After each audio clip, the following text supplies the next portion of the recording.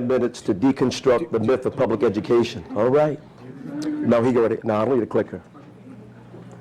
Giving a Baptist preacher 10 minutes to preach is like giving a goat a blade of grass to graze on.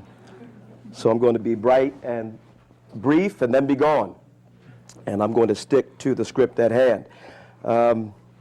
What an ironic twist of fate to host such an event on this day in particular, the day that marks the 46th anniversary of the murder of Dr. Martin Luther King Jr., our nation's drum major for justice, peace, and righteousness.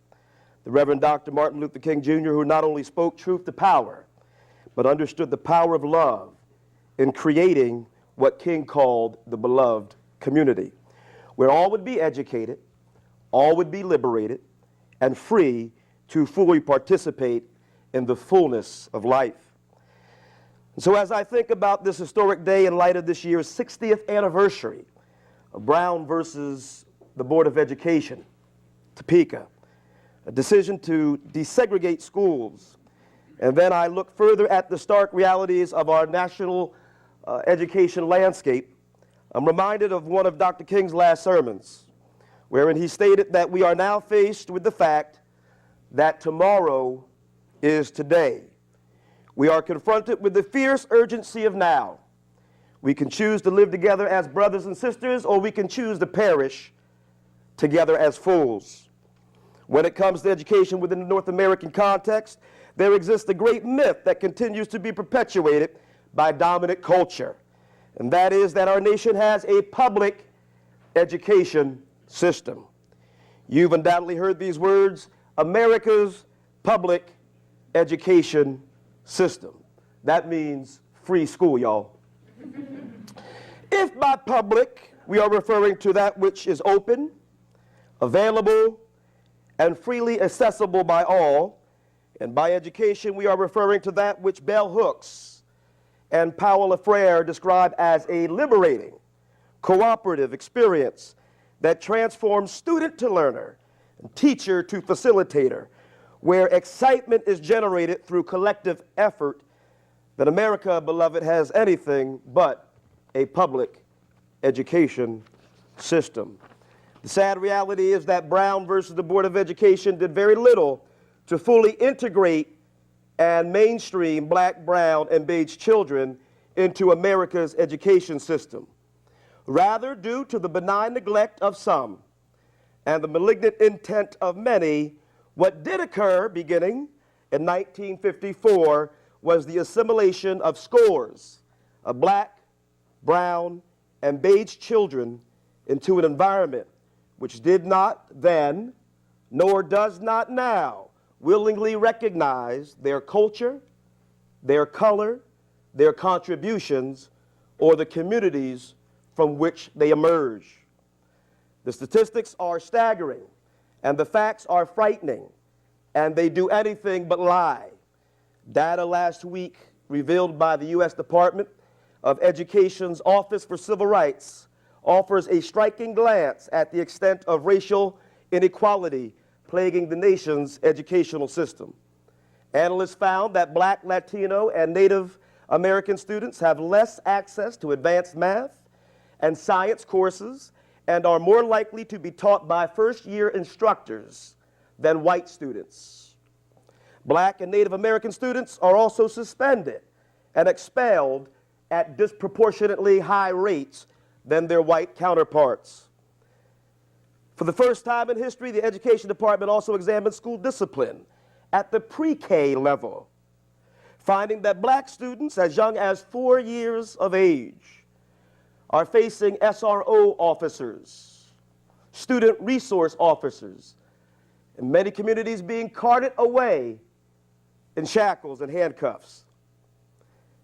The Education Department released 4 papers with this data analyzing inequality in school discipline, early learning, college readiness, and teacher equity. And here's a breakdown of some of the key findings taken straight from those papers. Black students accounted for 18% of the country's pre-K enrollment, but made up 40% of preschoolers with multiple out-of-school suspensions. Black students were expelled at 3 times the rate of white students. American Indian and Native Alaskan students represented less than 1% of students, but 3% of all nations' expulsions. Black girls were suspended at higher rates than all other girls and most boys. American Indian and Native Alaskan girls were suspended at higher rates than white boys or girls.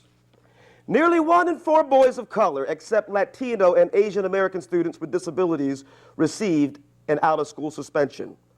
1 in 5 girls of color with disabilities received an out-of-school suspension. When these findings were concluded, it became evidently clear that the public education system is the #1 perpetuator of injustices against juveniles in these yet-to-be American states. This survey was done by 97,000 public schools, representing 49 million students. What is clear, what is needed now, more than ever, to change these statistics and outcomes in America's schools, which, by the way, impacts each and every one of us in this room. There's not a zip code you can run to or live in which racial inequity will not find you, is the conscientious adoption of a racial equity lens that is instituted and implemented school by school, district by district on a national level. This lens should be grounded in several assumptions that cuts across the 3 levels of individual, institutional, and structural inequities which continue to perpetuate such crimes. A, these assumptions conclude that oppression and injustice are human creations and phenomenon, and they are built into our current economic system, or what James Lawson calls plantation capitalism. And therefore, because they are built by humans, they can be undone by humans. Number 2, oppression.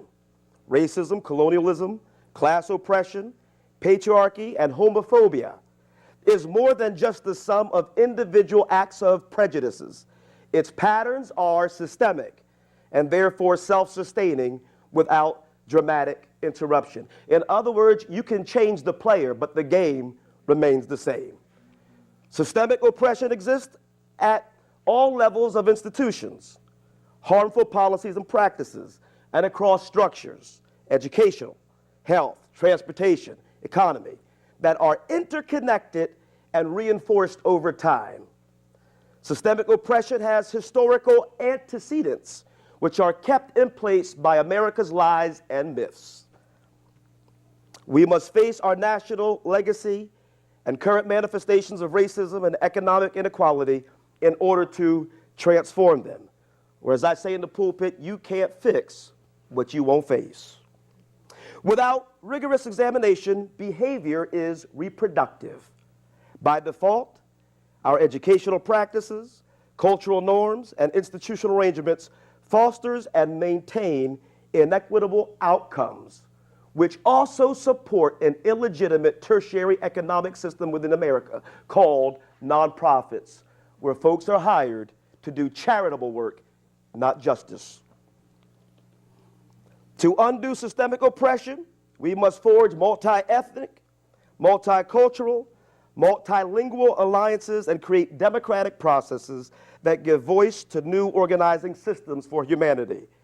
Addressing oppressions and biases, conscious and unconscious, inevitably raises strong emotions in all that we deal with, and therefore we must be prepared and trained to address matters of the head and matters of the heart.